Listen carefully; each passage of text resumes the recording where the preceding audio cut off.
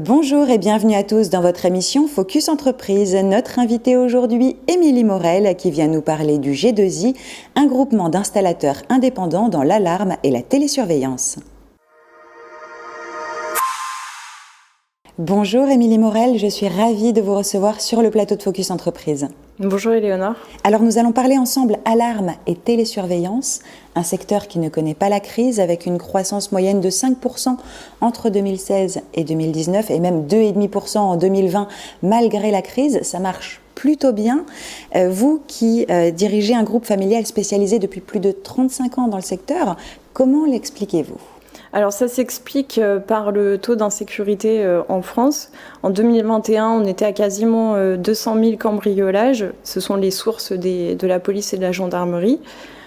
Et ça s'explique également par le fait que l'alarme devient accessible. C'est-à-dire que les produits se sont démocratisés et maintenant, à des coûts plus bas, on peut accéder à la sécurité des biens et des personnes. Depuis une dizaine d'années, et encore plus ces derniers temps, on assiste à un boom des entrepreneurs indépendants. Ça soulève parfois quelques difficultés pour ces derniers. Quelles sont les difficultés rencontrées par les indépendants de votre secteur, les installateurs ? Alors, il y a notamment une difficulté dans la concurrence. Il y a une concurrence très élevée dans les métiers de la sécurité et il y a aussi la problématique des gros.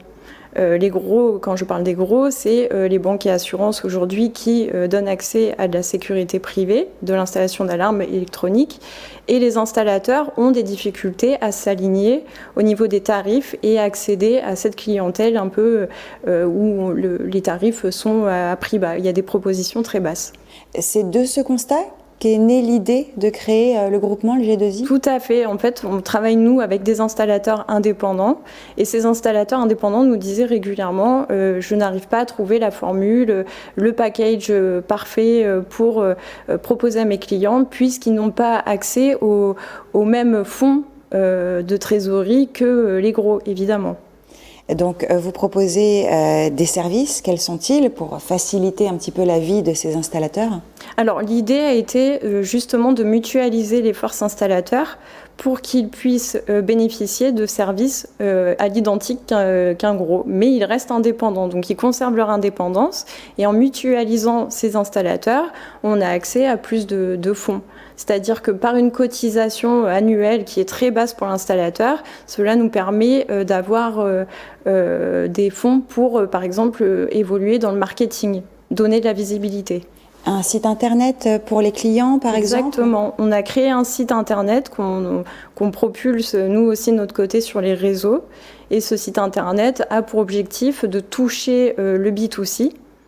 Et c'est les clients qui vont avoir une demande auprès du G2I vont être redistribués à l'installateur le plus proche du client. Et il y a l'accès aussi à une plateforme qui permet de commander du matériel, par exemple ? Exactement. Alors ça, c'est la partie installateur. On a souhaité leur faciliter leur travail. Donc, on a créé une plateforme dans laquelle ils peuvent commander leur matériel, par exemple.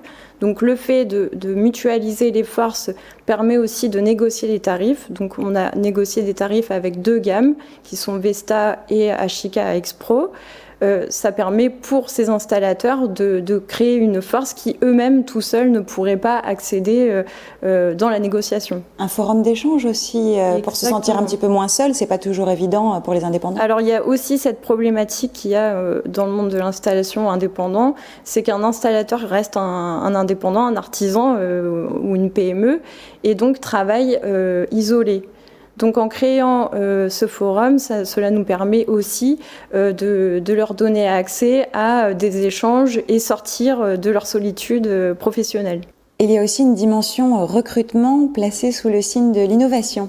Oui, alors tout à fait. Nous avons trouvé un partenaire, une start-up française qui utilise l'intelligence artificielle pour trouver le profil adapté aux besoins de l'entreprise.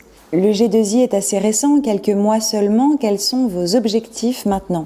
Convaincre davantage d'installateurs de vous rejoindre ? Tout à fait. Nous avons un objectif de 200 installateurs dans les mois à venir, donc qui est un calcul assez simple. Ce seront 2 installateurs par département.